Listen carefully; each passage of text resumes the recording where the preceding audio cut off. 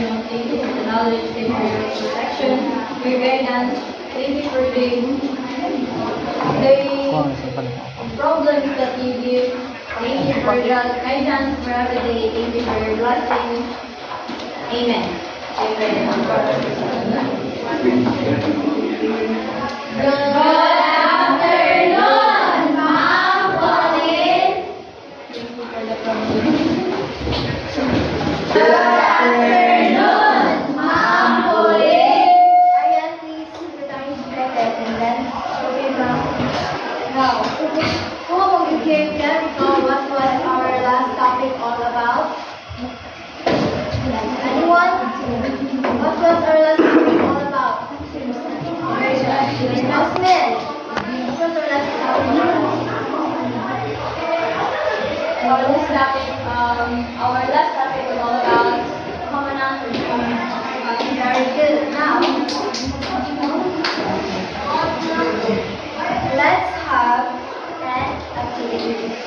This activity is called thumbs up or thumbs down. You will show your hand in thumbs up if you agree the statement and thumbs down if you disagree.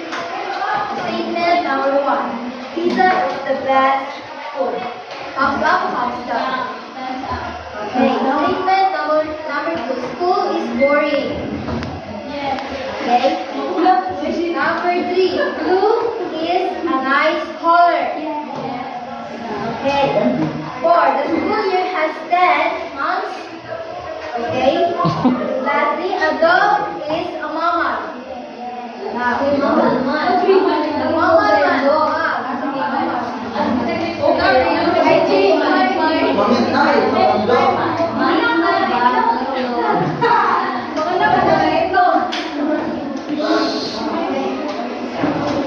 I have a question. Wouldn't you all agree on some statements but not others? Only agree on sa uban but sa uban hindi. What do you think? Yes, Arian?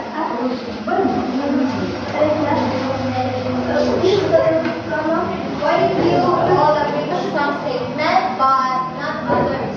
Because some statement is right. Yes, some